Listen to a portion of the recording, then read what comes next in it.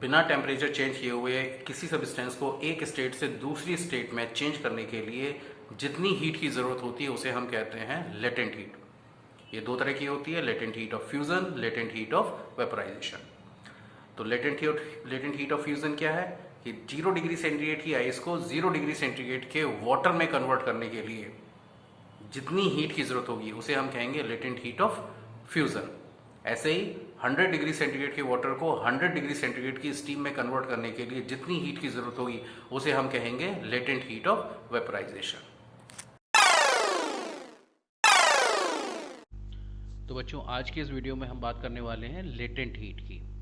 तो latent heat को जानने से पहले हम एक चीज़ डिस्कस कर लेते हैं जो आप पहले से ही जानते हैं कि अगर हम सॉलिड को गर्म करेंगे तो वो लिक्विड में कन्वर्ट हो जाता है और इस प्रोसेस को हम कहते हैं मेल्टिंग।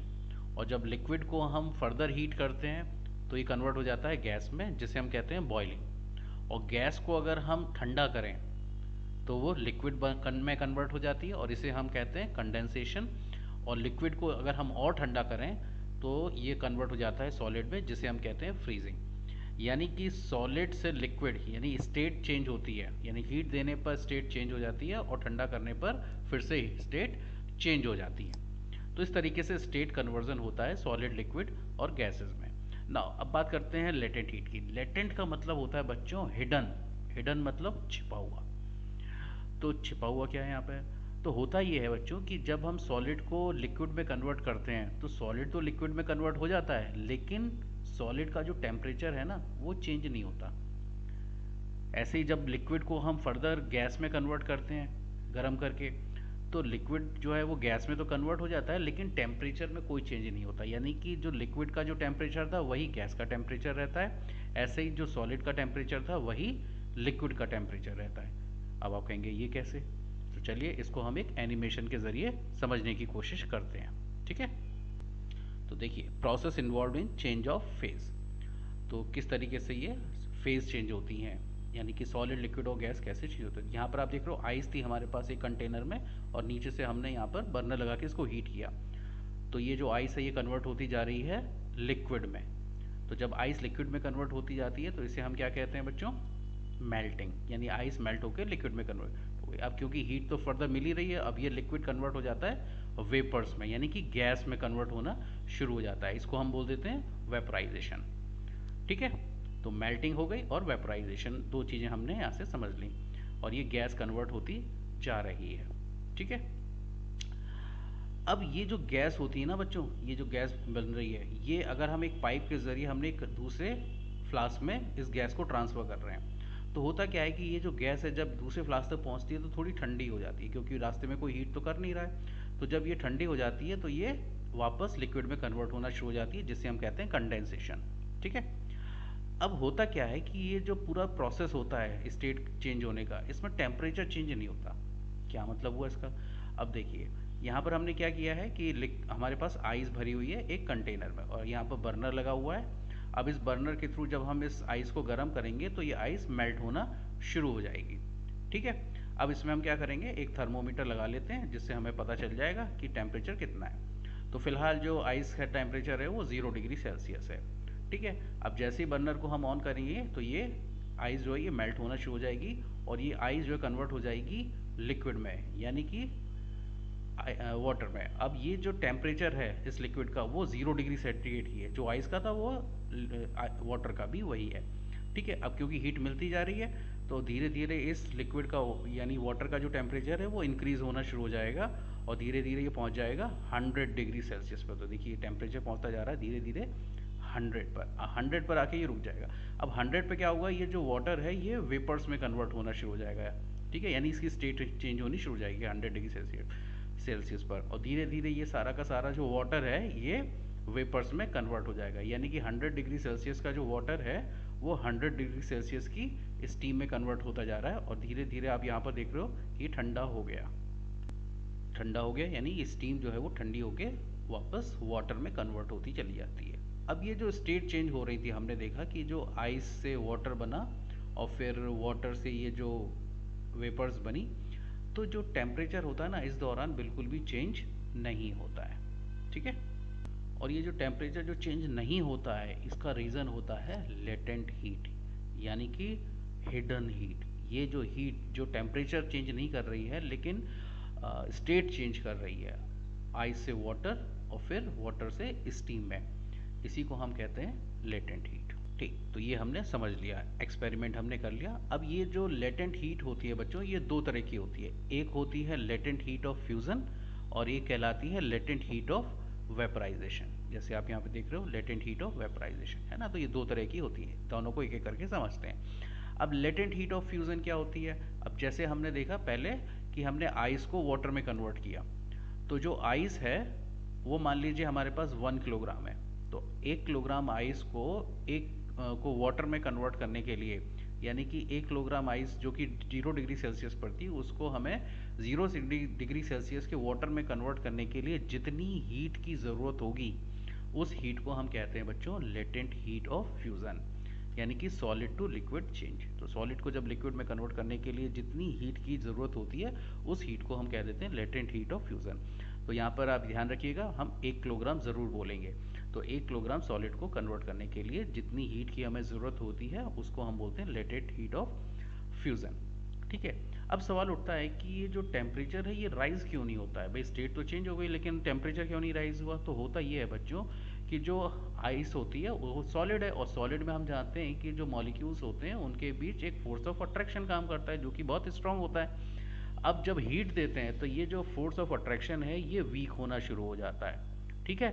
और जब ये वीक हो जाता है तो स्टेट चेंज हो जाती है, सॉलिड से लिक्विड हो जाती है। लेकिन ये जो हीट हमने प्रोवाइड की है ये काइनेटिक एनर्जी इंक्रीज नहीं करती है, सिर्फ स्टेट चेंज करती है। अब क्योंकि काइनेटिक एनर्जी इंक्रीज नहीं होती है, इसलिए टेम्परेचर में कोई भी चेंज नहीं आता है। तो यूजुअली ये देखा गया है बच्चों कि 1 किलोग्राम आइस का को अगर हमें उतने ही टेम्परेचर के 0 डिग्री सेल्सियस के वाटर में अगर कन्वर्ट करना है तो हमें 3.34 इंटू 10 की पावर 5 जूल हीट हमें देनी होती है।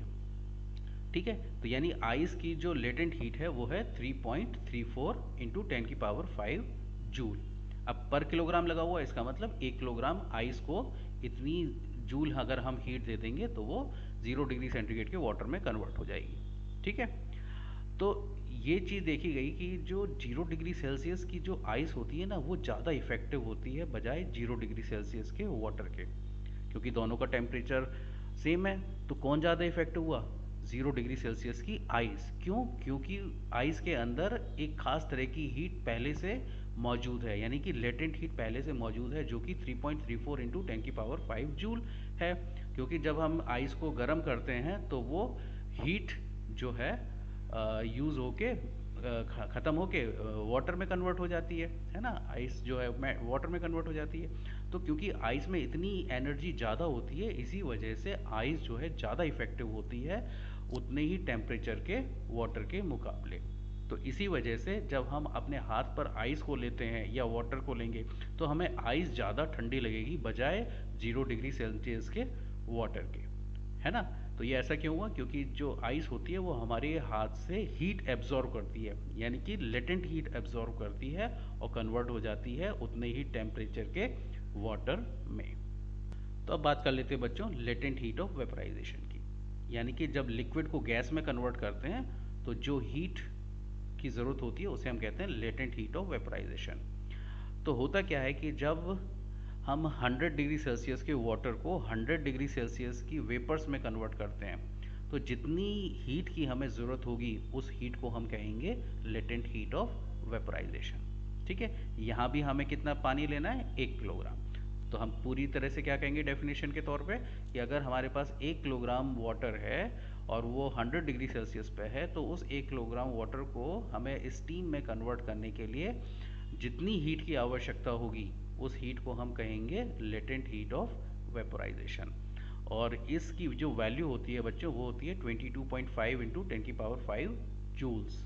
यानी कि अगर हमारे पास 1 किलोग्राम वाटर है तो उसको हमें 100 डिग्री सेल्सियस की स्टीम में कन्वर्ट करने के लिए इतनी जूल हीट उसको देनी पड़ेगी वाटर को, तब जाके वो 100 डिग्री सेल्सियस का जो वाटर है वो 100 डिग्री सेल्सियस की स्टीम में कन्वर्ट हो जाएगा। ठीक है। अब ये होता क्यों है? अब हम जानते हैं कि जो वाटर होता है उसमें गैस के मुकाबले जो इंटरमॉलिक्यूलर फोर्स होता है वो ज़्यादा होता है। तो जब हम इतनी हीट दे देते हैं 22.5 इंटू 10⁵ जूल, तो वो जो मॉलिक्यूल्स होते हैं वो दूर दूर होना शुरू हो जाता है, यानी उनके बीच का जो फोर्स ऑफ अट्रैक्शन है वो कम होने लगता है, जिसकी वजह से वो मॉलिक्यूल्स दूर दूर होने लगते हैं और उनकी स्टेट चेंज हो जाती है और वो लिक्विड से स्टेट गैस में कन्वर्ट हो जाते हैं, है ना। तो 100 डिग्री सेल्सियस का जो वाटर है वो 100 डिग्री सेल्सियस की गैस में कन्वर्ट हो जाता है। अब साथ ही साथ उसका टेम्परेचर क्यों नहीं बढ़ता है, क्योंकि जो वाटर के जो मॉलिक्यूल्स हैं उनकी काइनेटिक एनर्जी में तो कोई इंक्रीमेंट नहीं होता, केवल स्टेट चेंज हो जाती है। तो क्योंकि उनकी काइनेटिक एनर्जी में कोई इंक्रीमेंट नहीं होता, इसी वजह से उनकी जो स्टेट है वो चेंज हो जाती है, लेकिन उनका टेम्परेचर चेंज नहीं होता। ठीक है, तो ये कहानी थी इसकी। अब अगर हम रोज़मर्रा की लाइफ की बात करें, तो हम अगर अपने हाथ पे थोड़ा सा स्प्रिट ले लें और हाथ को थोड़ा सा हिलाएं, ठीक है, तो हमें क्या होगा कि ठंडा ठंडा फील होगा और जो स्प्रिट है वो इवेपोरेट हो जाएगा। क्यों होगा ऐसा? क्योंकि जो जो स्प्रिट होता है, जो लिक्विड होता है, वो हमारे हाथ से लेटेंट हीट एब्जॉर्ब कर लेता है और एब्जॉर्ब करके इस वेपर्स में कन्वर्ट हो जाता है। अब क्योंकि हमारे हाथ ने हीट दी है, लूज़ की है, तो हमारे हाथ को ठंडा फील होता है और जो स्प्रिट होता है वो हीट एब्जॉर्ब करके जो है वेपर्स में कन्वर्ट हो जाता है। ठीक है, तो अब सवाल उठता है बच्चों कि 100 डिग्री सेल्सियस की वाटर और 100 डिग्री सेल्सियस की स्टीम, इन दोनों में कौन खतरनाक है? क्योंकि दोनों का टेम्परेचर तो सेम है, कौन चीज़ खतरनाक है? तो आंसर है 100 डिग्री सेल्सियस की स्टीम ज़्यादा खतरनाक है। क्यों खतरनाक है? क्योंकि 100 डिग्री सेल्सियस की जो स्टीम है उसके अंदर एक एनर्जी मौजूद है, यानी कि लेटेंट हीट पहले से मौजूद है, जो कि 22.5 इंटू 10⁵ जूल है। तो क्योंकि गैस के अंदर जो स्टीम है उसके अंदर एनर्जी पहले से मौजूद है, लेटेंट हीट पहले से मौजूद है, और वाटर में तो है नहीं, क्योंकि वाटर ने हीट एब्जॉर्ब करके गैस बना दी, तो वो स्टीम के अंदर है। तो इस वजह से स्टीम के अंदर एक एक्स्ट्रा एनर्जी है जो वाटर में नहीं है, जिस वजह से जो स्टीम है वो खतरनाक है बजाय वाटर के। तो अगर हम गलती से भी अगर 100 डिग्री सेल्सियस की स्टीम में हमने हाथ दे दिया तो हमें ज़्यादा दर्द होगा बजाय 100 डिग्री सेल्सियस के पानी में हाथ डालने में। ठीक है बच्चों, तो ये थी कहानी लेटेंट हीट के बारे में। आई होप आपको अच्छे से समझ में आ गई होगी। अगले वीडियो में हम मिलेंगे नए टॉपिक के साथ।